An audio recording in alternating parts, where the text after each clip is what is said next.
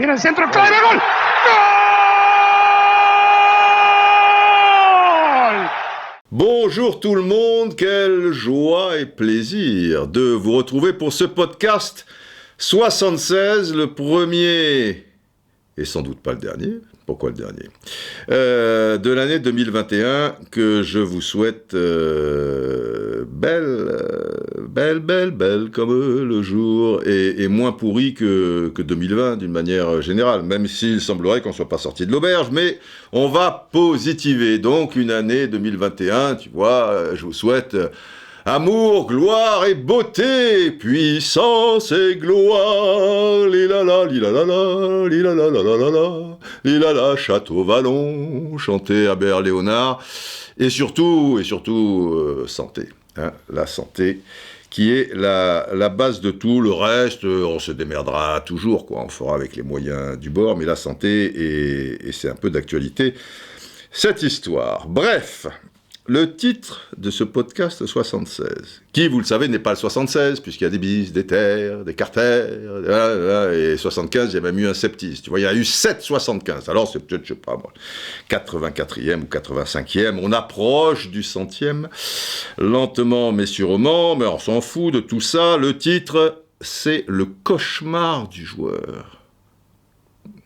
Quel cauchemar du joueur. Ouais, le joueur fait parfois des cauchemars. Mais ça sera dans la deuxième partie. Tout d'abord, on ne change pas une équipe qui gagne, les fondamentaux, toujours un petit peu d'histoire, et cette histoire va concerner, vous le savez, la saison 75-76. Si vous êtes des braves, forcément, vous connaissez la musique. Ah, la musique.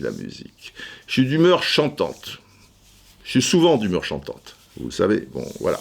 C'est important, bah ouais, c'est important, la musique. C'est capital. Et je dirais presque vital, quoi, tu vois. Que de chansons, d'ailleurs, avec le mot musique, hein, l'air de rien. Musique, et que tout le monde se mette à danser, et que tout le monde se mette à chanter. Ça, c'était France, hein, que ne serait pas ça, peu cher, France. La musique, pour moi, la musique, je sais pas, c'est Nicoletta, ça, hein, je sais pas. Révision aussi, le classique, question musique. Music was my first love. Si vous êtes un brave, vous connaissez tout ça, bien sûr. Alors la musique, la musica. Et la musica, vous êtes peut-être trop jeune, mais c'était une chanson assez connue de Patrick Jouvet, la musica. Parce que les gens non initiés pensent que Patrick Jouvet, tu vois, il y a deux chansons, quoi. Hein, Pat? Patrick Jouvet, évidemment. Où sont les femmes, avec leurs gestes pleins de charme? Dites-moi, où sont les femmes? Ah oui, où sont les femmes? Tu vois, une fois, je vais pas... Il y avait un footballeur italien très connu, on a rendez-vous sur Paris, et je me marre, parce qu'il me dit, bon, en italien, machin, il me dit, mais Didier, où sont les femmes? Et j'ai dit, oui, mais enfin, bon, là, pour les femmes, bon, par correction, je vais pas vous dire, pas vous dire son nom, mais bon, ça me fait rigoler. Donc, quand je pense à Où sont les femmes de Patrick Jouvet, je pense à ce footballeur italien très connu, des années, allez, je vous mets sur la piste, deuxième partie, année 80, première année 90. Mais Didier, où sont les femmes? J'ai dit, putain, oh! Bon, je vais pas vous donner le prénom, sinon ça serait trop facile. Et puis, alors, il chantait aussi une chanson connue de Patrick. On est bien parti, hein, dans le 76. Hein. C'est pas droit au but comme l'OM, tu vois. Il y a des chemins de traverse, vous savez que j'aime ça. Il chantait aussi une chanson connue, c'était I Love America. Et le refrain, c'était simple vu qu'on comprenait pas les paroles parce qu'il les chantait en anglais, ce couillon, tu vois. Mais le refrain, c'était I love America, tadading, tadading, tadading. I love America, tadading, tadading. Donc là, on comprenait. Le mec aime l'Amérique. Et l'Amérique, c'est vrai que dans le milieu, parce que là, je vous parle, on est dans le milieu des années 70, donc, ouais, peut-être ça date de 74, tu vois, podcast 76, on est raccord, je suis le chat qui retombe toujours sur ses petits coussinets. Et l'Amérique, c'était le truc ultime, quoi. Déjà, tu allais pas en Amérique comme tu prends le métro. Maintenant, bon, avec l'avion, machin, patati patata, il y a des prix défiant toute concurrence, et tant mieux pour les gens. Mais l'Amérique, tu vois, ça semblait loin, quoi. Tu vois, et puis c'était le rêve absolu, parce qu'on avait une idée un peu idyllique des choses là-bas, quoi. Et je me souviens. Alors ça, c'est années 70 aussi. Et on doit être, ouais, je dois avoir 16-17 ans, tu vois, donc 74, on n'est pas loin de 76. Il y avait une chanson, si vous m'aviez vu danser sur cette chanson, très sensuelle, une danse très sensuelle, tu vois, mon côté antillais qui ressortait, là j'étais le roi du playgirl. Et d'ailleurs, j'imposais cette chanson au disquaire, il fallait qu'il la mette au moins une fois, si deux, tu vois, s'il se sent un petit peu. Alors, l'idéal, c'était de la danser avec une partenaire. Mais déjà seul, tu vois, tu bouges pas les pieds, tu vois, que le corps. Alors, je dis ça parce que c'est aussi un truc, pas avec la musique, mais avec America. C'était David Essex, je me souviens. America, caca, you say, America. Et alors là, tout était dans le corps, tu vois le mouvement, mais pas à fond la caisse. Tu vois, c'était pas un slow. C'était pas un slow, mais c'était pas, tu vois, où tu bouges ton cul. Oui, tu le bougeais, mais tout était en slow motion, tu vois. Alors, si tu es avec une partenaire, forcément, c'est très. Je vais vous la trouver, parce que bon, on va faire les petites choses, petits plats dans les grands. Alors, où est-ce qu'il est? À Google, David Essex, America. Hein, donnez-moi 2 secondes, on est en live, là, David Essex, America, ouais, ça doit être une bonne version. Voilà, America, caca, attends. 2 secondes, il n'y a pas le feu. Ah, voilà.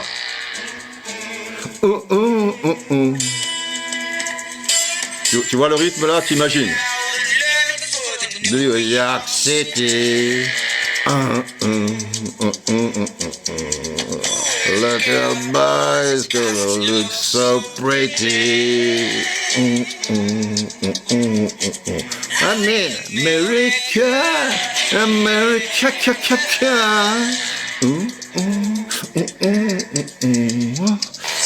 Bon, enfin bref. C'était chaud, le playgirl, c'était chaud, bordel, mais je perds le fil, là. On va pas chanter tout le 76. Ah, Patrick Jouvet, pour terminer avec Patrick Jouvet, une fois, on l'avait croisé avec des copains, et c'est là, pareil, milieu des années 70, on doit être en 75, tu vois, je dois avoir 16-17 ans, ou un truc comme ça, sur la Croisette, à la hauteur de l'ancien palais des festivals, pour ceux qui connaissent, donc c'est au milieu de la Croisette. À côté, il y avait un mini-golf, à l'époque. C'est bizarre, hein, un mini-golf. Et nous, avec les potes, chaque fois, les trucs, on allait jouer au mini-golf. J'étais nul, putain, nul. Mais c'est pas grave. On s'amusait, on rigolait, tout ça. Et on sort du mini-golf, et là, sur la Croisette, au milieu de la Croisette, qui y a devant nous Patrick Jouvet. Alors, on le réalise après, parce qu'il est de dos. Et on a été marqué par un truc, c'est qu'il avait un petit cul. Mais j'ai jamais vu un cul aussi petit pour quelqu'un qui, voilà, il mesure pas 1m20, quoi, tu vois. Il avait un petit cul. Et alors, parce qu'à l'époque, on avait des pantalons, vous savez, qui resserraient déjà les petits culs. Il fallait qu'on ait des petits culs. Ah, c'était comme ça. Et en bas, c'était pattes d'éléphant. Tu vois, c'était très serré à la hauteur du petit cul. Ou des fois, il était gros. Bon, après, chacun, machin. Et ça descendait, ça s'élargissait et tout. Et putain, Patrick Jouvet, il a un petit cul. Quand on l'a dépassé, Patrick Jouvet, putain, c'est Patrick. Putain, il a un petit cul, Patrick Jouvet. Voilà, il avait un petit cul. Bon, voilà, Patrick Jouvet. C'est une anecdote en soi. Est-ce que ça méritait un gong? Peut-être pas. Allez, le football, on va revenir au football. Parce que Patrick Jouvet, je pense que... J'ai vu, mais il est sympa, Patrick Jouvet. Hein. Je sais pas, dans les émissions, je sais pas comment vous le ressentez, mais il a grossi un peu. Trop de soirées passent à Patrick. Bon, 75-76, la saison 75-76, niveau championnat. Donc, Saint-Étienne, tenant du titre, vous le savez, eh bien, ils vont remporter leur 9e titre, le 3e consécutivement, et pas facile, car il y a une grosse équipe de l'OGC Nice. Il va y avoir un mano à mano entre les deux, tu vois, ça va se jouer à 3 points. Nice termine 2e à 3 points. Derrière Nice, à 2 points de Nice, tu trouves Sochaux. Et à 4 points de Nice, donc à 7 points de Saint-Étienne, le FC Nantes. À l'époque, il y avait encore le bonus dans ce championnat 75-76, mais c'était plus l'histoire où là, il pouvait y avoir un peu arnaque, je vous avais expliqué, où même si tu perds 25-3, du moment que tu as marqué 3 buts, tu as un point supplémentaire. Là, non. Il faut gagner avec 3 buts d'écart. Et là, tu as un point supplémentaire. Et Saint-Etienne aura 6 points de bonus et Nice 7, mais ça sera donc pas suffisant. Donc 4-1, 5-2, 3-0, 25-22, voilà, 3 buts d'écart. Tu as le point du bonus. C'est rigolo, le bonus. Alors, les buteurs, en 75-76, c'est rigolo parce que ce sont 3 Argentins sur le podium. Le premier, Carlos Bianchi, qui jouait encore à Reims, 34 buts. Le deuxième, Delio Nice, à Monaco, 29 buts. Et le troisième, le bison, Ugo Curioni, 25 buts, qui jouait à Metz. Et le premier non-argentin, il se trouve qu'il est français, c'est un petit jeune. Ouais, il promet, il est pas mal. Michel Platini, qui évolue à Nancy, 22 buts. Très bien. Alors Nice, je vous parle souvent de Nice, parce qu'évidemment, Nice, c'était mon équipe. Mon équipe, c'est Cannes. Ok, c'est clair. Vous le savez. Mais après, il y avait Nice et Monaco, parce que c'était dans la région et que Cannes était toujours en deuxième division, Nice et Monaco en première, et Nice, évidemment par rapport à Cannes, c'est plus près, un petit coup de train, tu vois, en plus le stade du Ré, il était au centre de enfin un petit peu sur les hauteurs de la ville, quoi, mais enfin intramuros, et à 10 minutes, un quart d'heure à pied de la gare. Donc on arrivait avec 2-3 potes, hop, on remontait, tu vois, on allait dans les populaires, après on courait vite pour choper celui du soir, parce qu'en général les matchs étaient assez souvent quand même le dimanche à 15h, et nous on jouait le matin avec les jeunes de la SCAN, donc c'était tranquillou. Quand c'était le soir, il fallait, si tu voulais pas rentrer en stop, ça nous arrivait, mais enfin bon, prenez le dernier rapidos.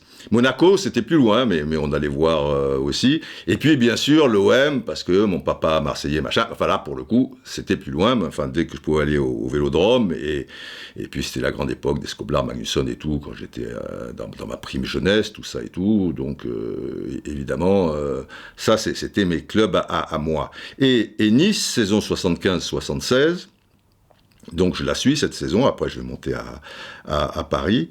Il y a Jean-Marc Guilloux qui arrive. Alors déjà, Nice, dans ces années-là, ils avaient des grosses formations. Je vous ai expliqué le truc. Parfois, ils étaient même champions d'automne, tu vois, même des fois 6 points d'avance sur Saint-Etienne, le deuxième, ou des choses comme ça. Arrivaient les beaux jours, la plage, le soleil, les filles, adieu Berthe, on perd un peu le fil, quoi. Et là, je vais voir un mec, putain, Jean-Marc Guilloux.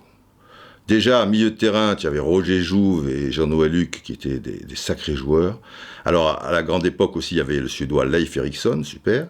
Après, Eriksson est parti, et arrive Jean-Marc Guilloux. Alors, j'en ai entendu parler, mais il y avait pas de match à la télé à l'époque. Il jouait à Angers. Belle équipe, avec des joueurs comme Poli aussi, ou Dogliani, tu vois, un peu avant, milieu de terrain. Mais Jean-Marc Guilloux, c'est énorme. Les jeunes et ceux qui ont pas connu cette période et qui l'ont pas vu jouer, tu peux pas imaginer. Jean-Marc Guilloux et donc ce milieu de terrain. Que de soirées pasta, après, avec Jean-Marc, que j'ai connu plus personnellement, évidemment, quand j'étais journaliste. Et tiens, je m'en souviens d'une, de soirée pasta, avec lui et Arsène Wenger. C'est rigolo, ça. C'est début des années 80. Et je vais vous raconter une petite anecdote à ce sujet. Donc, je voudrais un gong, s'il vous plaît. Alors, l'anecdote, la voici. On se retrouve, on allait souvent là, au restaurant à Nice, je crois que ça s'appelait l'Univers à l'époque, où il y avait précisément des très bonnes pastas. C'est simple, vous prenez la promenade des Anglais, tu vois, tu passes un peu le Negresco, et peut-être à la hauteur du Casino Rulle, tu tournes à gauche, et première à droite, tu vois, pas loin du Vieux-Nice, là, hop, l'Univers, et soirée pasta, et là, je suis avec Jean-Marc et Arsène. Alors pourquoi Arsène ? C'est pas qu'il était entraîneur à Monaco. À l'époque, donc, Jean-Marc Guilloux, après sa superbe carrière de joueur, va être entraîneur, et déjà, à la fin de sa carrière joueur, il est entraîneur-joueur. À un moment, je me souviens, mais c'est intéressant ça, parce qu'on ne peut pas imaginer aujourd'hui un mec, niveau professionnel, qui est entraîneur et joueur. Ça veut dire que c'est le mec qui joue, ok, il est titulaire évidemment, Mais en plus, il t'entraîne dans la semaine. Et c'est lui qui, à un moment dans le match, va dire à son adjoint, on va changer là, fais sortir le 7 et fais rentrer José, machin. Tu vois, il est entraîneur-joueur, il est des deux côtés du manche. Alors souvent, il se met titulaire, c'est un avantage. Non, je plaisante, mais aujourd'hui, t'imagines, allez, on va prendre un exemple, entraîneur-joueur, je sais pas moi, au PSG... qui on pourrait... Bon, à Lyon peut-être, dites-moi un Français à Lyon qui a un peu une influence qui est pas mal. À Warst, un peu jeune. Non, tu vas pas mettre Dubois au cornet. Bon, enfin bref, je vous laisse dans vos délires, imaginez dans un club de haut niveau. Hein, parce que, alors Nice, il va être entraîneur-joueur, ça va durer quelques semaines parce que Markovic s'en va entre le temps de trouver un entraîneur, donc il fait les deux. Et à Mulhouse, pour le coup, il va faire franchement les deux. Là, il avait reculé, il jouait libéraux, et il va être entraîneur-joueur. Il est sur la pelouse, et quel mec fantastique. Au niveau football, mais après, si vous avez suivi la carrière de Jean-Marc Guilloux, je vous le dis en 3 secondes, il va entraîner un petit peu, et après, il en aura marre, bon, ça le gave un petit peu, le haut niveau, tout ce tralala et tout, et il va s'intéresser aux jeunes et créer des académies. La première à Abidjan, avec le club de la SEC Abidjan, et sortir des tas de joueurs qui réaliseront des très belles carrières ensuite. Maintenant, la dernière fois que je l'ai vu, on avait fait d'ailleurs un podcast avec lui, où à l'époque c'était peut-être encore un blog, c'était il y a 2-3 ans, il en a à Madagascar, il en a au Vietnam, des académies, enfin un petit peu partout dans le monde, toujours en Afrique. C'est quelqu'un de très original, et puis c'est un artiste, comme il l'était sur la pelouse. Mais comme joueur, pareil. C'est là où le football est un peu une arnaque totale. Parce que des fois, on te fait de certains joueurs des vedettes où on les starifie un peu, quoi, tu vois, ou même des mecs qui ont gagné avec l'équipe de France la Coupe du Monde 98, l'Euro 2000, la Coupe du Monde 2018, enfin, qui ont eu des résultats, tu vois, enfin, c'est pas rien. Donc, dans des grands clubs, dans des machins, tu dis, oh là là, lui, oh là là, truc. Mais Guilloux, par rapport à certains, mais c'est même pas le même football, quoi, je veux dire, c'est même pas le truc. Guilloux, ben, c'est simple, tu vois, Platini, Zidane, Guilloux, c'est pas bien loin. C'est de la même veine, quoi. Il peut s'asseoir à leur table. La seule différence, c'est que lui, c'était pas un mec, tu vois... ce qui fait la différence, après, c'est l'ego. Je veux être le numéro 1, je veux être le numéro 1, je veux être le numéro 1, je veux ceci, je veux cela et tout. Et lui, bon, c'est l'artiste. Alors, Platini et Zidane sont des artistes sur le terrain, mais ne sont pas des artistes en dehors. Et comme lui, il était en dehors, forcément, en plus, là, donc c'est saison 75-76, il arrive à Nice. Mais en 75-76, il n'y a pas un Français qui joue à l'étranger. Le football français, les grands clubs étrangers ne veulent pas en entendre parler. Sans compter qu'on a droit à 2 étrangers maxi, et que même en Italie, les frontières sont peut-être fermées suite à une calamiteuse Coupe du Monde 74. Ça n'a rien à voir avec maintenant, où le premier mec là, qui s'est à peu près tapé dans un ballon au nez, boum, il va dans un club étranger, et parfois même un club étranger prestigieux. À l'époque, tu avais Combin, Milan AC en 69, Gilbert Grèce, après bon, il va aller un peu à Stuttgart, Six va faire des petits voyages ici et là, mais voilà, les Français ne s'exportaient pas. Un Guilloux avec le même talent aujourd'hui, ah ben, il est à Liverpool, il est à l'Inter Milan, il est à... Et c'est dommage, mais il était comme ça. Et tellement au-dessus. Parce que là, je vous parle comme joueur. Mais maintenant, excusez-moi, je fais une petite digression, mais c'est intéressant. Comme entraîneur, Donc il va être entraîneur-joueur à Mulhouse. Là, il a reculé, je vous l'ai dit, il est libéraux. Mulhouse en 2e division, mais ils vont donc monter en première. Et ils jouent un football exceptionnel. On parle jamais de la 2e division, mais on parle du Mulhouse de Guilloux. Et en première division, il va... Parce qu'à l'époque, entre première et 2e, il y avait une grosse différence. Il va descendre, mais à 3 points près, et Surtout, il n'était pas équipé pour, quoi, tu vois, il n'avait pas les joueurs, machin. Mais il les fait jouer. Guillou, pour vous donner une idée par rapport à ses principes de jeu et son niveau, c'est Guardiola, hein. Mais Guardiola en avance. On est à la même table. Alors là, comme joueur, il se met à la table des Zidane, des Platini, des cracks de cette envergure, comme talent pur. Et comme entraîneur, tu le mets à la table des Guardiola et des autres. Et des Ciodo, notamment. Tu vois le jeu, le ballon dans les pieds, la technique, le mouvement, extraordinaire. Et je me dis que quand tu as un gars de ce niveau-là, si la fédération n'était pas cadenassée, quand tu vois les gens qui vont passer aux entraîneurs leur diplôme ou les trucs comme ça, le niveau de certains, tu vois, bon, faut pas déconner. Et c'est marrant parce que, je vous fais une parenthèse dans la parenthèse, ma spécialité, j'ai discuté avec quelqu'un hier au téléphone, qui était très pote avec Michel Hidalgo. Et il me dit, c'est marrant, j'ai retrouvé des vieilles lettres de Michel, tout ça et tout. Et sur l'une d'entre elles, Michel me dit, mais mon pauvre, si tu savais la fédération, c'est hyper cadenassé. Ben, même s'il a été après sélectionneur national, tout ça, il a eu des relations avec évidemment la fédération et il a travaillé, mais il disait c'était hyper cadenassé. Et bien évidemment, les mecs ils sont entre eux, tu vois, c'est l'entre-soi total, machin. Surtout pas quelqu'un qui arrive avec du talent et des idées. Ben merde, alors gardons les médiocres autour de nous, comme ça, on est peinard. Et tu aurais eu Guillou, DTN, où ce mec-là donne la tendance du football français. Alors là, on est les Brésiliens de l'Europe, et un paquet d'années, croyez-moi. Alors, pourquoi Arsène Wenger ? Je reviens au repas. Donc, il y a Jean-Marc et Arsène.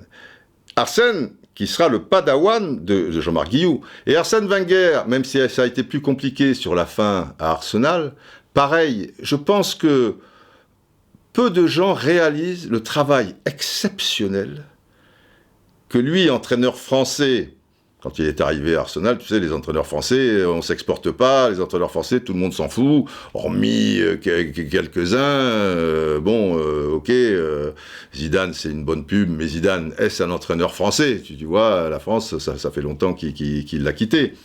Didier Deschamps, c'est équipe nationale, donc c'est un petit peu différent. Bon, il y en a eu quelques-uns, un peu à droite à gauche. Mais enfin, on peut pas dire que les entraîneurs français marquent de leur empreinte, d'une manière générale, l'histoire du football, hormis quelques exceptions.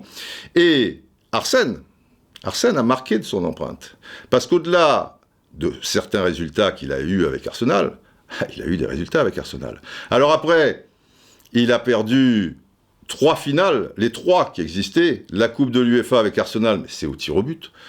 La Coupe des Coupes, là il était avec Monaco, mais c'est le lendemain de la catastrophe de Furiani, tout le monde est marqué, tout le monde a la tête ailleurs, les joueurs de Monaco, enfin bref, et puis ils perdent, ok, contre les Allemands.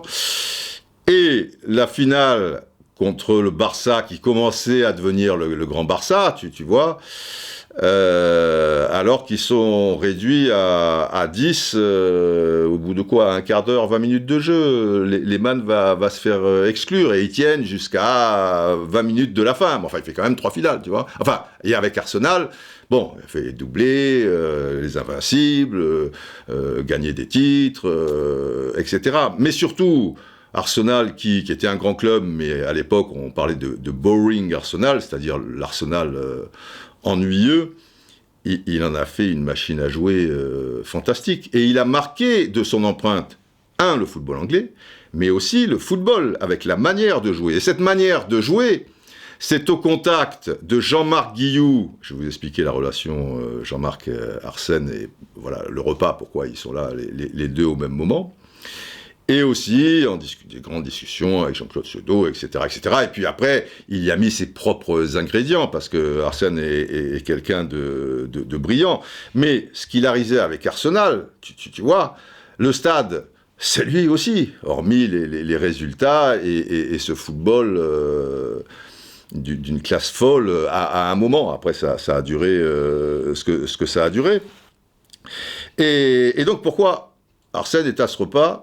Et pourquoi Jean-Marc? Alors Jean-Marc est entraîneur à ce moment-là de l'AS Cannes, en deuxième division. Il va l'être de 82 ou à 85 de mémoire. Et il se trouve qu'Arsène, jeune entraîneur, n'a pas encore entraîné des pros, il n'est pas entraîneur de Monaco, ça sera plus tard.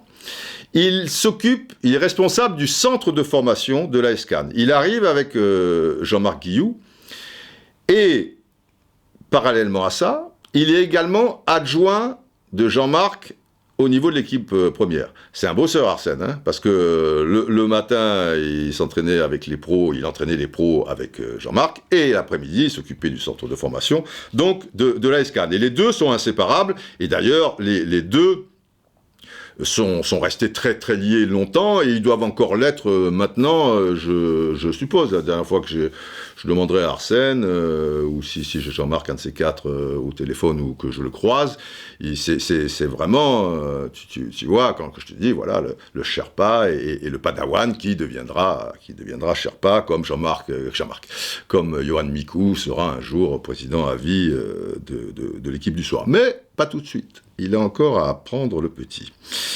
Et donc, il y a ce repas, au restaurant l'hiver, soirée pasta et tout. Et pour l'anecdote, la voici. Il se trouve que la veille, pas il y a 2 jours, pas 3 jours avant, pas 4 jours avant, la veille, l'AS Cannes, en quart de finale aller de la Coupe de France, a perdu à Monaco. Monaco qui d'ailleurs, c'est saison 83-84. Monaco qui ira d'ailleurs en finale, quelques semaines plus tard, perdra contre Metz en finale 84. Donc saison 83-84. Et je vous l'ai dit, en ces temps-là, il y avait une grosse différence entre la deuxième division et la première division. Donc déjà, l'AS Cannes, arrivé en quart de finale, c'est pas mal. Mais contre Monaco, au stade, l'ancien stade Louis II, c'était match aller-retour, les quarts de finale. Je sens que c'est mon premier éternuement. Voilà. Le championnat, c'est déjà ça de fait. Objectif, le doubler.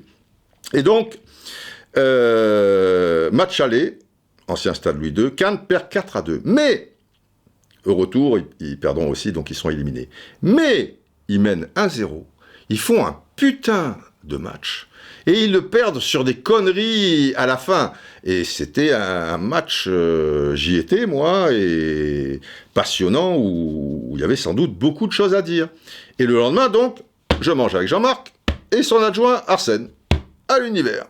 Voilà. À côté du Vénice. Rue, je sais plus trop quoi. Pas loin du Casino Roule. Et je me dis, forcément, on est resté 2-3 heures, tu vois, relax, c'était une époque où on prenait son temps. Et je me dis, on va parler de ce quart de finale aller, du début à la fin, ou presque. Et quand je vous dis que c'est un artiste, et il est ailleurs, Jean-Marc, c'est exceptionnel. On n'a pas parlé une seconde de ce putain de match.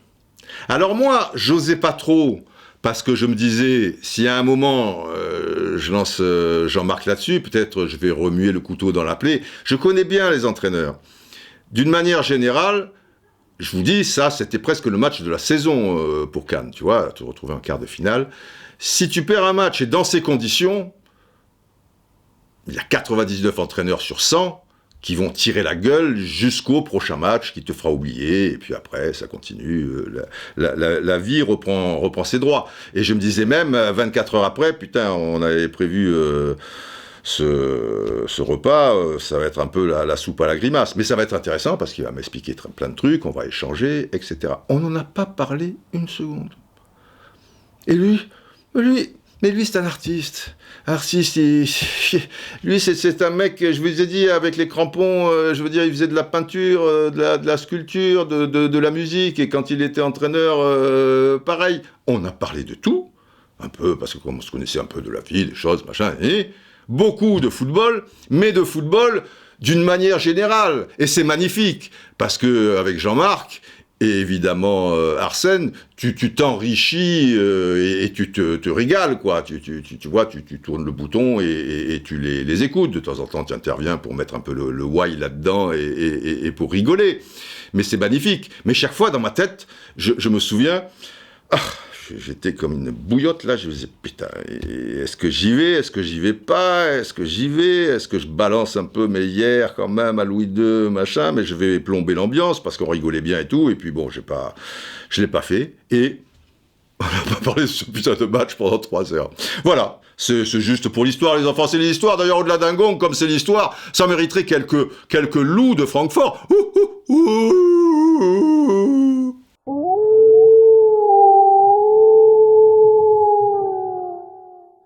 Revenons à nos boutons.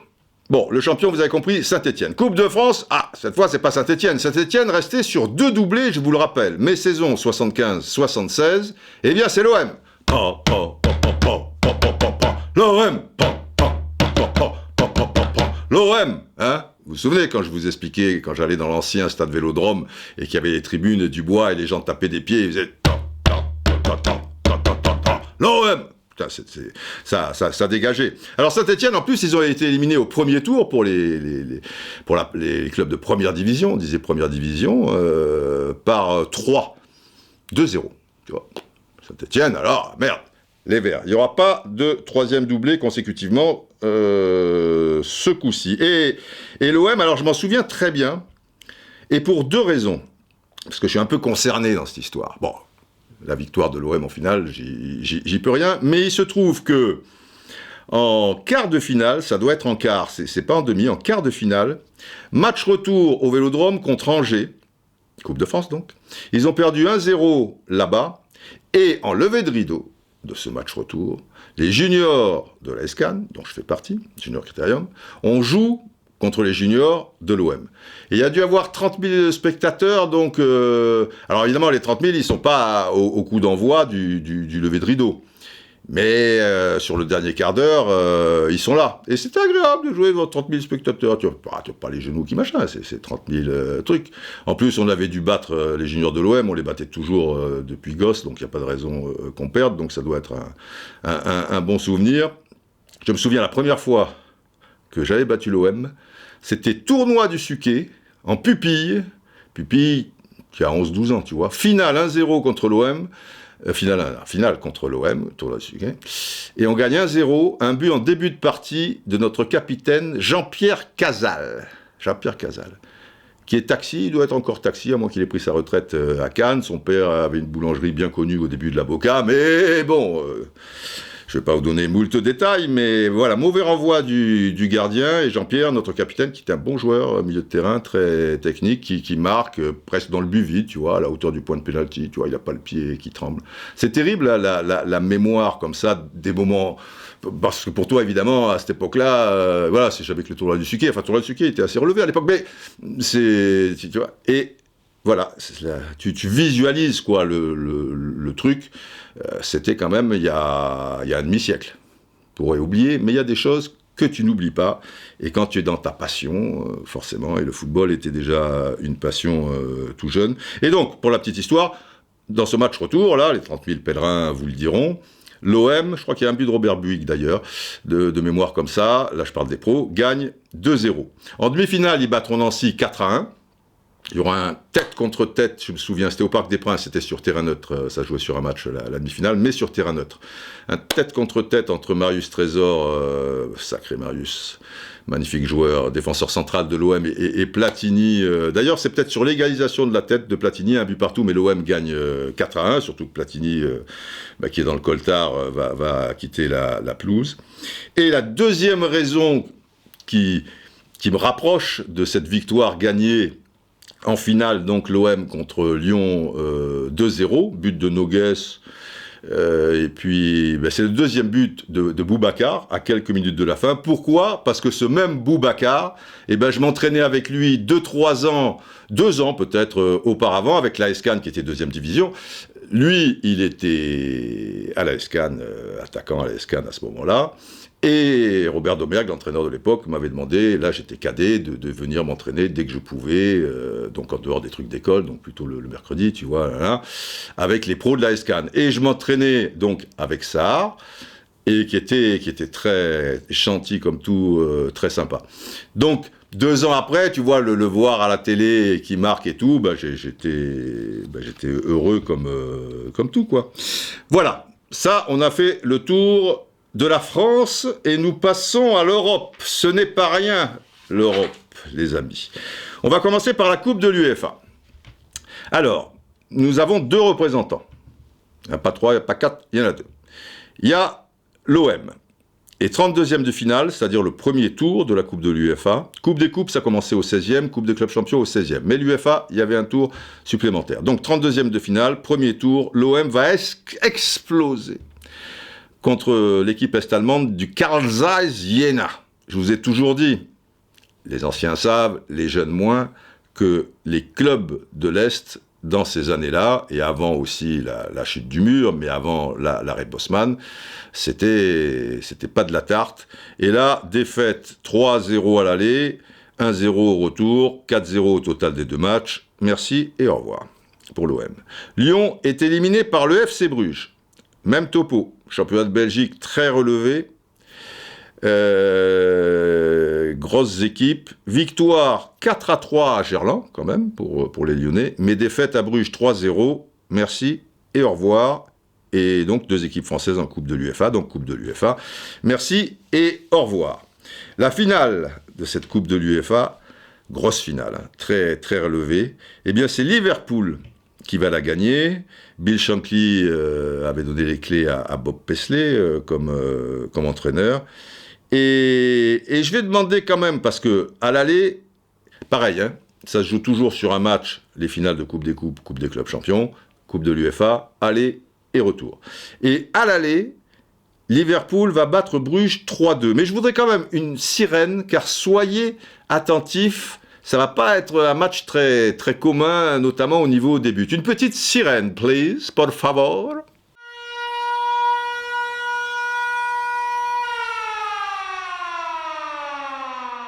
Il faut savoir qu'à Anfield, Bruges va mener 2-0 après 12 minutes de jeu. 5e minute, but de Raoul Lambert, leur avant-centre. Très bon joueur, très fort, très, très puissant. Pourtant, il ne devait pas faire les 1m80, mais tu vois, il dégageait quelque chose. Et à la 12e minute, but de Kools. Donc ça fait 2-0 pour Bruges à Anfield. Putain, merde. Alors là, on entend « And you never walk alone », ça repart. Petit coucou au chanteur qui nous a quittés il y a quelques jours. Et il y a même 2-0 à la pause. C'est mal engagé pour les Reds. Et là, ça va se jouer en 5 minutes. Donc là, en 7 minutes, et sur les 12 premières minutes, il y a eu 2 buts belges. Et là, ça va être en 5 minutes. Parce que déjà, à l'heure de jeu, Ray Kennedy, le gaucher, vous savez, l'ancien joueur d'Arsenal, Ray Kennedy. 2 minutes plus tard, Jimmy Case. Et 3 minutes plus tard, c'est-à-dire 5 minutes après le but de Kennedy, mais 3 minutes après le but de Case, Kevin Keegan sur penalty. Un match de fouet, de fada, de fou, de loco. Enfin, une tuerie, tu vois. 3 buts en 5 minutes pour Liverpool qui gagne 3-2. Et au retour, un but partout. Et il y avait l'histoire, effectivement, en cas d'égalité, l'équipe ayant marqué le plus grand nombre de buts à l'extérieur l'emporte. Donc, on a attendu longtemps et ils l'attendent encore, ce deuxième but. Les joueurs du FC Bruges, à 2-1, ça passait, puisqu'ils avaient marqué 2 buts en Anfield. Mais il n'y a pas eu 2-1, donc Liverpool, Coupe de l'UEFA. Coupe des Coupes, maintenant. Alors, pour notre représentant, Saint-Etienne ayant réussi le doublé, c'est le finaliste qui s'y colle pour cette Coupe des Coupes, et c'était Lens, 16e de finale, premier tour, donc pour la Coupe des Coupes.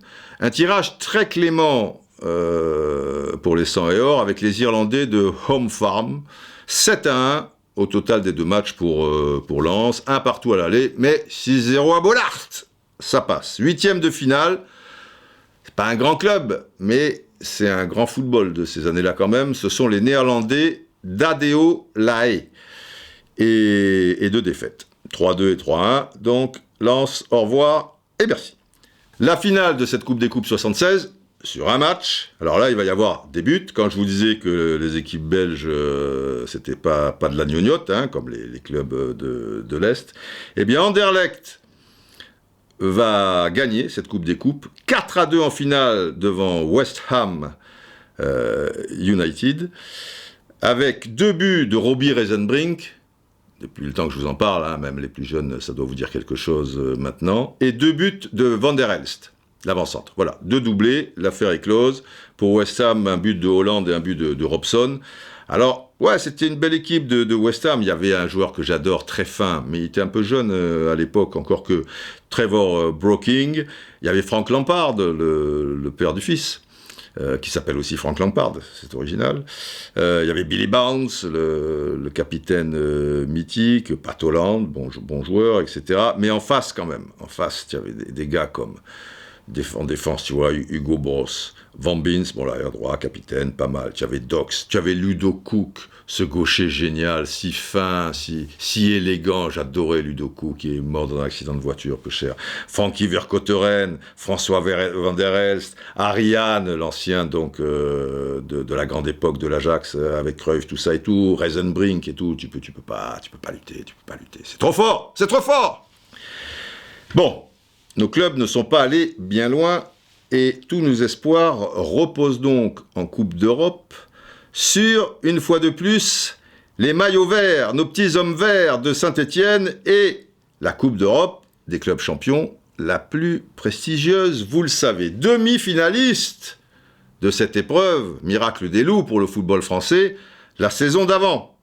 Je vous le rappelle un petit peu, j'ose espérer quand même qu'en bon brave vous avez écouté le podcast 75 Septies et que vous écoutez les podcasts dans l'ordre. Mais donc demi-finale, éliminé par le Bayern de Munich, 0-0 à Geoffroy, défaite 2-0 au Stade Olympique de Munich, mais surtout cette remontée fantastique devant Split, défaite à Split en fin d'après-midi dans la boule, enfer, machin, 4-1, et qualification au retour 5-1 après prolongation. Pourquoi après prolongation ? Parce que de manière Saint-Étienne n'a jamais mené 3-0, et pour cause.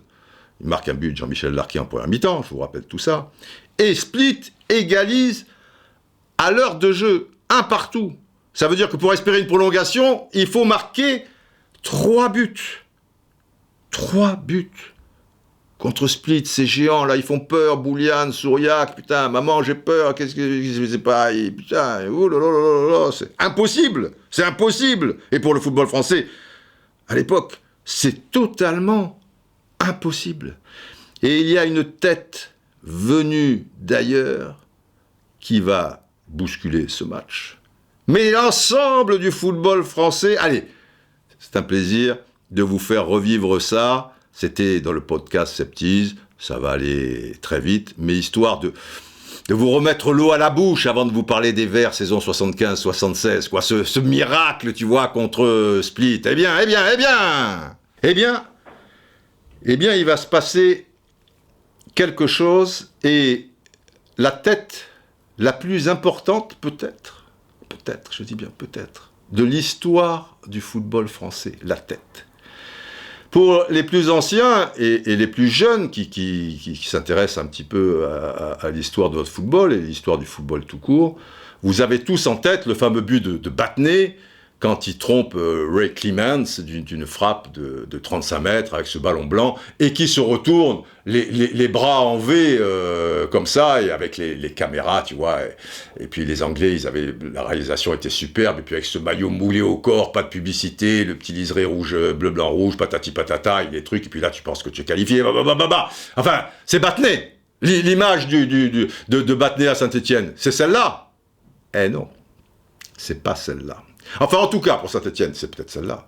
Mais pour le football français, c'est suite à un corner sur le côté droit, il va te mettre une tête lobée, si lobée que il y avait un Yougoslave au premier poteau, il saute, mais vous savez, quand vous sautez et que le ballon est assez proche de la transversale, inconsciemment, vous n'avez pas la détente verticale absolue, celle dont vous êtes capable, parce que vous vous dites, ma tête, je vais la taper contre la transversale. Il y a toujours ce truc, tu dis, je vais aller le plus haut, mais je vais prévoir une marge par rapport à la transversale.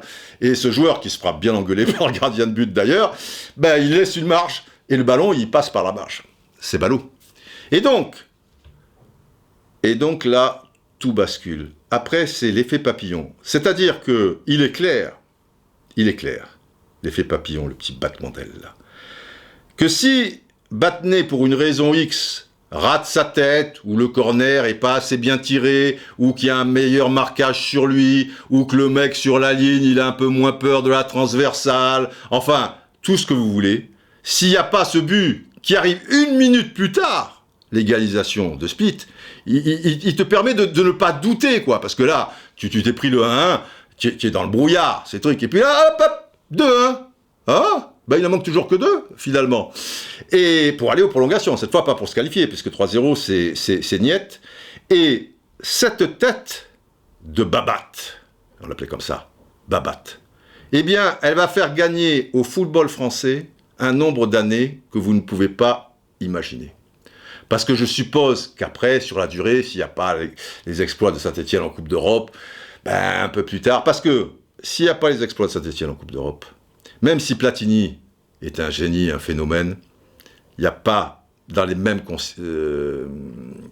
dans la même réussite, on va dire Platini et les siens, Michel Hidalgo et tout le tralala. Et il y a toujours le complexe qui perdure. Et patati et patata. Et donc il n'y a peut-être pas Zidane dans les mêmes conditions. Vous voyez, c'est terrible. Et ça se joue à quoi, ce putain de truc? Des mecs qui travaillent. On a Platini, on a Zidane, deux génies. On a le football français, les centres de formation, les patati. Et allez, ça travaille. Allez, hop, avec le ballon, on touche le ballon. Il y a tout ce bordel en ébullition sur des décennies déjà, machin, et tout se joue sur quoi? La tête de Dominique Battenet. C'est fou, non? Ben oui, ça se joue sur quoi? Alors, saison 75-76, vous le savez, Saint-Etienne va faire mieux, puisqu'il va aller jusqu'en finale et malheureusement s'incliner devant le Bayern 1-0 à Glasgow. Alors, dans la deuxième partie de ce podcast 76, je voulais vous parler de manière très précise de cette épopée verte sur la saison 75-76. Et pour ce faire, j'ai appelé 5 joueurs stéphanois qui étaient sur la pelouse à ces moments clés pour faire revivre tout ça et faire profiter les braves. Et l'un d'entre eux m'a parlé de quelque chose de très précis.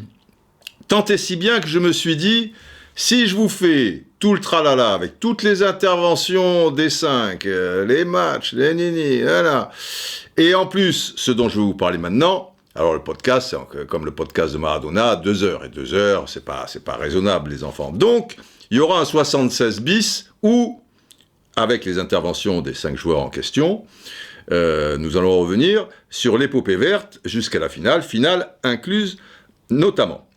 Mais, on va directement aller dans cette finale, et ça a un rapport avec le titre du podcast 76, bien sûr, le cauchemar du footballeur, car les footballeurs font des cauchemars qui touchent leur métier. Ils en font d'autres aussi, comme tout un chacun, mais les plus redoutables, les plus incroyables, parfois, ça peut concerner certaines de leurs actions.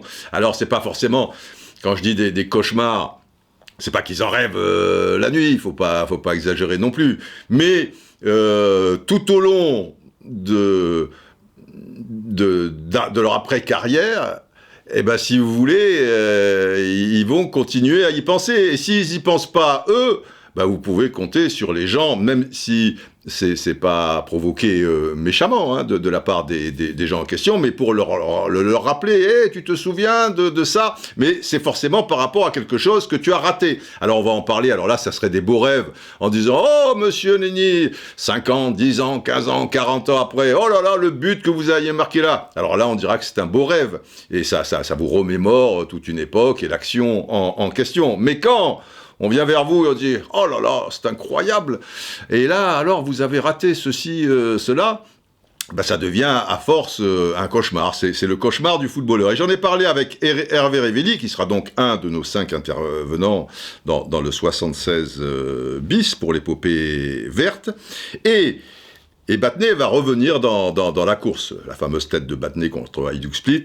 Eh bien, Battenet, dans l'épopée en question, lors de la finale, il y a ce fameux tir sur la transversale et qui rebondit.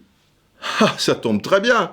sur l'avant-centre des Verts, Hervé Révelli. Et Hervé Révelli, pour ceux qui ne l'ont pas connu, c'est vrai qu'on était dans une époque compliquée pour le football français, mais il y avait des footballeurs de haut niveau qui arrivaient à donner le change avec des grandes nations européennes notamment, sur le plan international, et Hervé Révelli en faisait partie. Hervé Révelli, c'était l'avant-centre de l'équipe de France, un joueur pas très physique pour un avant-centre, mais très intelligent, le sens du placement, tu vois, il attire les ballons. D'ailleurs, si ce ballon ricoche sur la transversale, revient sur Hervé Révelli, vous allez voir qu'il n'y a pas forcément de hasard. Et qui marquait contre les grandes nations avec l'équipe de France. Je me souviens d'un 2-2 en Espagne. L'Espagne, c'était une grosse nation de foot, tu vois, on menait même 2-0 avec 2 buts d'Hervé Révelli. Et puis après, il y a Piri qui va réduire la marque et égaliser. Mais déjà, tu disais, putain, 2-2 en Espagne... Faites sabrer le champagne, ça fait partie des miracles. C'était un super avant-centre, Hervé Révelli. Et puis il claquait en première division, il claquait. Et à un moment, je veux être aussi l'emmerdeur, celui qui lui rappelle, là on est en 76, ça fait donc 24 pour arriver en 2000 plus 21, ça fait 45 ans, ça fera 45 ans dans quelques mois, 45 ans après, parce que moi gosse évidemment, enfin adolescent, même un peu plus, presque adulte, je me souviens de cette occasion. Et à un moment, je ne sais pas pourquoi, je n'étais pas prémédité, comme ça, on discute à la bonne franquette au téléphone. Et voilà ce que je lui dis. Il y a toujours des regrets dans une carrière, dans une vie, même s'il y a la chanson « Rien de rien, non, je ne regrette rien », mais parce que c'est comme ça. Et en football, on ne peut pas refaire l'action, malheureusement. C'est comme ça. Et donc... Pour la finale, où ça sera passé des rien, toi, tu as cette possibilité, suite, je crois que c'est suite au tir de Babat, que tu fais la tête plongeante. Transversale. Voilà, la transversale, et tu fais la tête plongeante. Est-ce que c'est... Et finalement, cette tête plongeante, elle ne met pas en danger Maillère, quoi. Tu es très proche, mais ça va sur lui. Oui, tout à fait. C'est-à-dire qu'au départ, il n'est pas là, quoi. Le problème, il est là. Oui. Parce que c'est vrai que sur cette action que j'ai revue, parce que tu sais bien sûr. bien que les actions, on m'en parle même maintenant. Oui, ben oui. On parle même qu'est-ce que tu en penses, qu'est-ce que tu aurais fait. Tu vois, je t'en parle, c'est incroyable, oui. On ne peut plus refaire ça, c'est fini. Oui. Alors la seule chose, parce que bon, après, moi-même, je me reproche. Oui, bien sûr. Je dis, mais putain... Qu'est-ce qui s'est passé? Parce que tu es comme ça, comme ils le disent souvent les joueurs, il y en a un qui avait dit à l'entraînement, des ballons comme ça, il y en a des centaines. Et oui. Et sur 100 ballons, c'est 98 qui vont au fond, quoi. Exactement, mais pas ce jour-là. Alors, c'est cette image-là. Qu'est-ce qui s'est passé alors? Oui. Alors, ce qui s'est passé, c'est facile. Hein. Ça va d'abord très vite. Oui, évidemment. Parce que tu vois, moi je suis parti, je ne vois pas Babat frapper. D'accord, tu as anticipé déjà. Tu sens qu'il va frapper, tu pars. J'anticipe déjà. Tu dis, on ne sait jamais ce qui peut se passer. Bien sûr. Toujours, que ce soit ce match-là, oui, ou d'autres, dans les matchs de championnat. Avant, n'importe quel match avec des frappeurs. Quand je vois Babat avancer avec le ballon, il avait une frappe très très lourde, précise. Je me posais jamais la question, je savais très bien ce qu'il allait faire. D'accord. S'il me la donne pas au départ, je sais ce qu'il veut faire. D'accord. Donc je tourne le dos à Badney et je m'en vais droit au but. Ok. Et c'est ça l'importance aussi de partenaires que tu connais bien et qu'il faut toujours quand des joueurs arrivent dans un club, pour que les automatismes se fassent. Si vous revoyez cette action, c'est superbe. Comme le dit Hervé, à partir du moment où Babat s'appuie pas sur moi, je sais très bien ce qu'il va faire. Parce que Hervé Révelli, il a vu l'arrivée de Batney très jeune à Saint-Étienne. Et même s'il a fait 2 ans à l'OGC Nice, mais il est revenu à ce moment-là depuis 2-3 saisons, il s'est entraîné avec lui. Et puis, depuis qu'il est revenu, il s'entraîne encore avec lui. Et donc, il a expliqué, il la donne pas, donc il va frapper. Si vous revoyez l'image, c'est superbe. Avant la frappe de Batney, Hervé, vous voyez, le mec, il n'est pas réactif, il est dans l'anticipation, et il file au but, en se disant, voilà, si le gardien la relâche, et le truc, je suis là. Mais là, il va pas la relâcher, ça va ricocher sur la transversale, on va retrouver Hervé, qui va nous parler d'une flèche qui arrive, un boulet de canon, parce que effectivement la frappe de Babat, elle était lourde, et ça revient très très vite. On retrouve Hervé. Ok.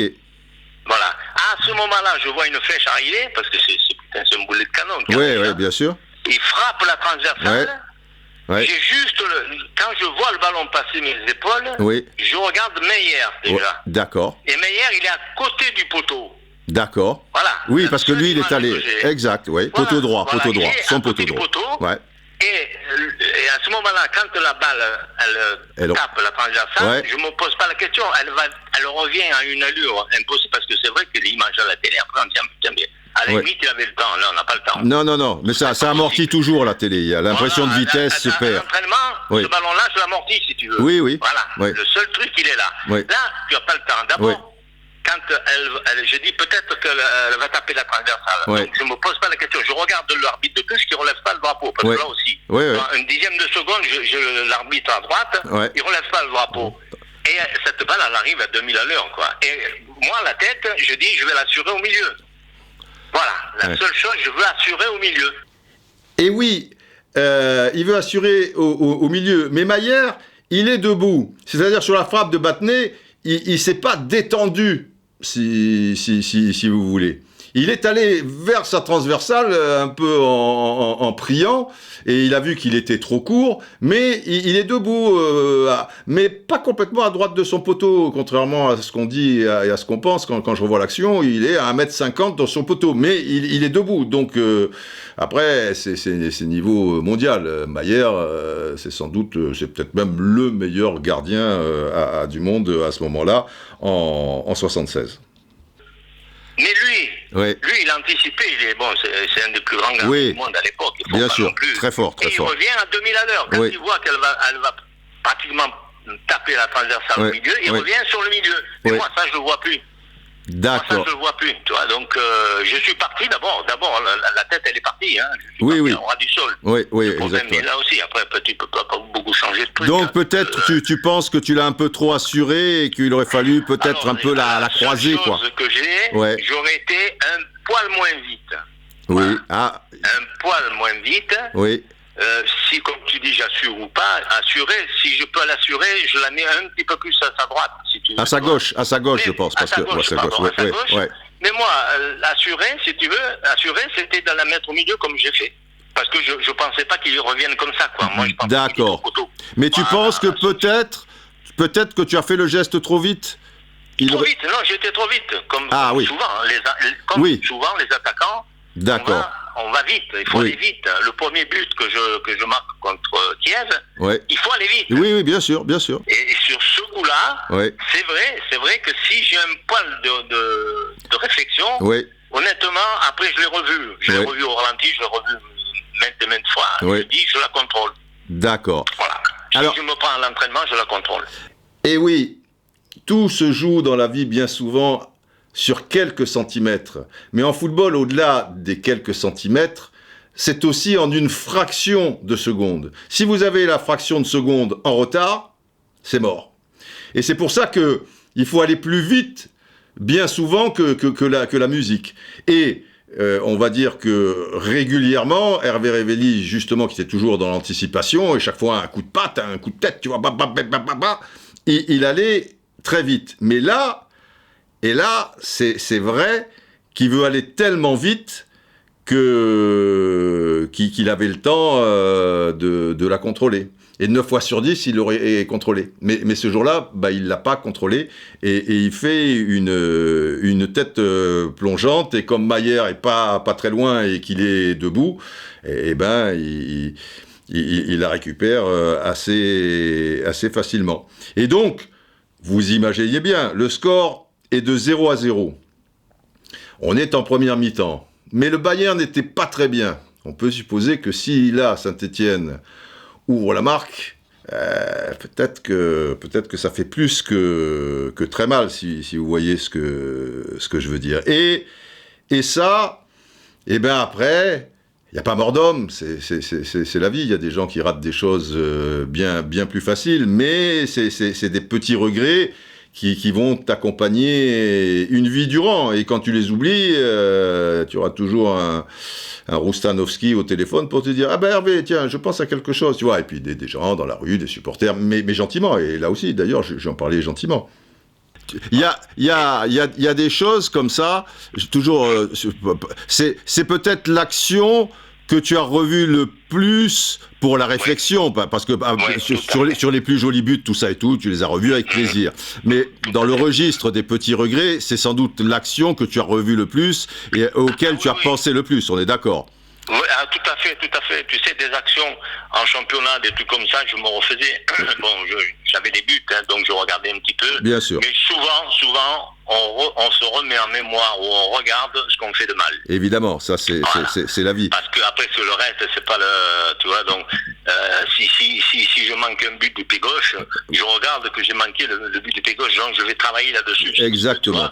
Je marque des pieds droits, je marque de la tête. Bon, on ne regarde pas, on ne se fait pas plaisir à tout bout de champ. Bien évidemment. Et par contre, pour corriger, il faut corriger les mauvaises choses. Et là, si tu veux, et c'est pour ça que c'est l'action, c'est l'occasion que je regrette le plus. Le plus de ta carrière.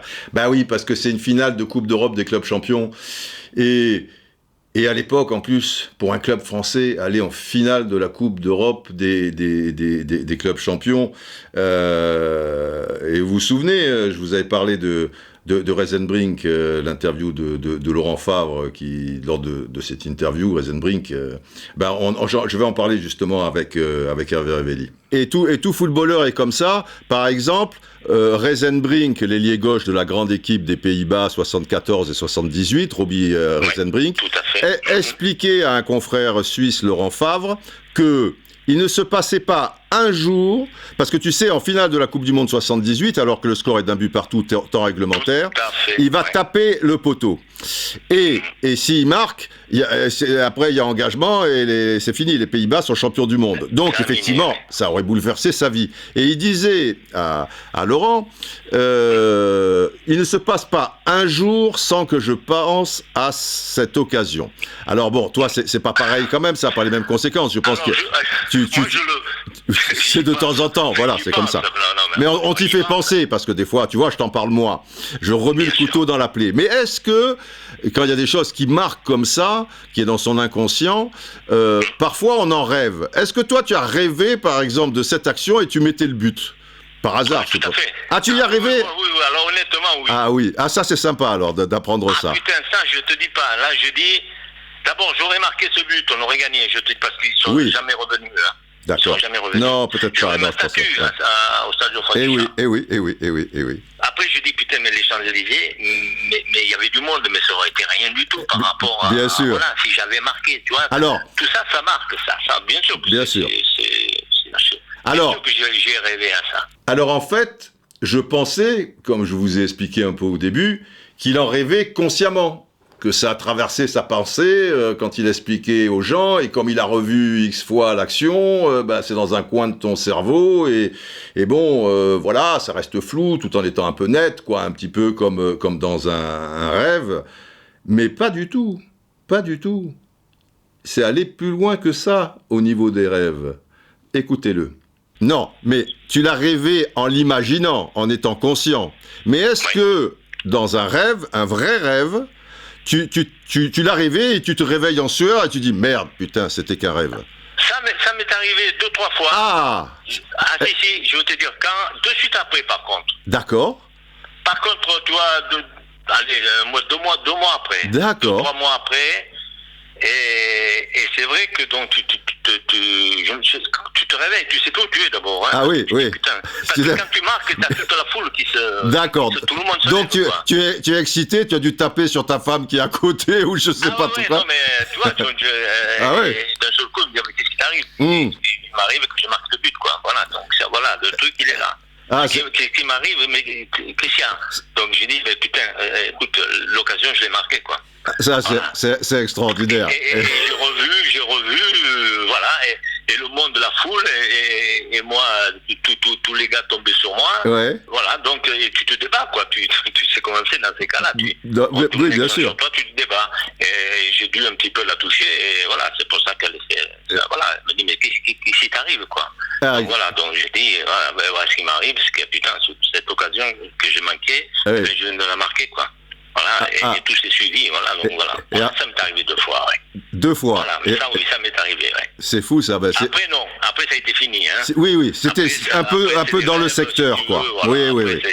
D'accord. Bah, c'est une anecdote extraordinaire.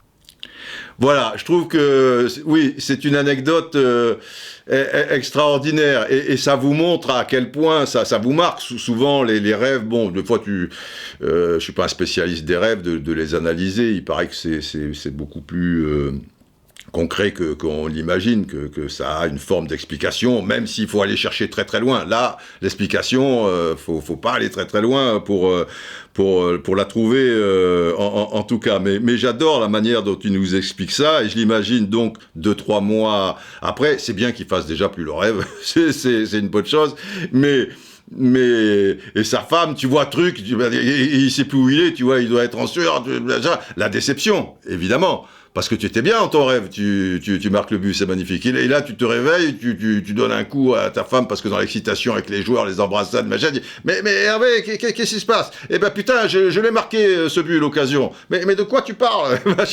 Enfin, j'imagine la scène, je trouve ça mignon. Et voilà, quoi, je voulais vous faire partager ça, et comme ça prend un petit peu de temps, ben on a pu profiter de cet échange, et tenez-vous bien, on continue à lui en parler, d'ailleurs. Hervé, merci infiniment pour ce cadeau, parce que je l'avais jamais lu quelque part. Non, jamais. Non, c'est vrai que bon, c'est toujours des questions, tu sais, de ce but-là, oui. manqué, parce que bon, voilà, l'occasion là. Oui. Mais même maintenant, même des Lyonnais m'en parlent. Donc, tout le monde m'en parle. Il dit, putain, Hervé. Incroyable. Qu'est-ce qui s'est passé? Parce que bon, ils connaissaient, ils ont vu mes buts, ils ont vu des buts comme ça, j'en ai marqué des tas. Ben, bien sûr. Le même but, j'en ai marqué des tas. Ouais. Mais qu'est-ce qui s'est passé, quoi? Et chaque fois tu répètes la même chose. Tu dis bon, voilà, quoi. Bon, c'est passé, c'est fini, terminé. Et il y a une forme de cruauté quelque part derrière tout ça, c'est que sauf si Hervé Révelli avait gagné après une Coupe du Monde, une autre Ligue des Champions, en marquant un but, un retourné ciseaux, ou même un but de raccro, peu importe, mais c'était la fameuse finale de la Coupe des Champions. Personne ne l'en tient rigueur, hein, tout ce qu'il a apporté à ce club et au football français, encore moins ses coéquipiers. Voilà, il n'y a pas un con qui va dire « Putain, merde, on la perd à cause de toi, t'es pas foutu de trucs », voilà. À ce niveau-là, et puis tout le monde sait que ça se joue en une fraction de seconde. Et c'est pas comme dans la vie de tous les jours où les choses se jouent pas en une fraction de seconde, sauf pour des choses tragiques peut-être. Là, je pense, je sais pas, à un accident de la route, ou voilà, un mauvais choix, là qui aura des conséquences. Là, c'est plus un cauchemar, quoi. Mais en général, contrairement aux footballeurs, si on sent qu'on fait une connerie, si on a toujours le temps de la réflexion, ne serait-ce que quelques minutes, des fois la réflexion sur une semaine, sur un mois, on fera des bons choix, on fera des mauvais choix, mais on peut pas refaire la scène, quoi.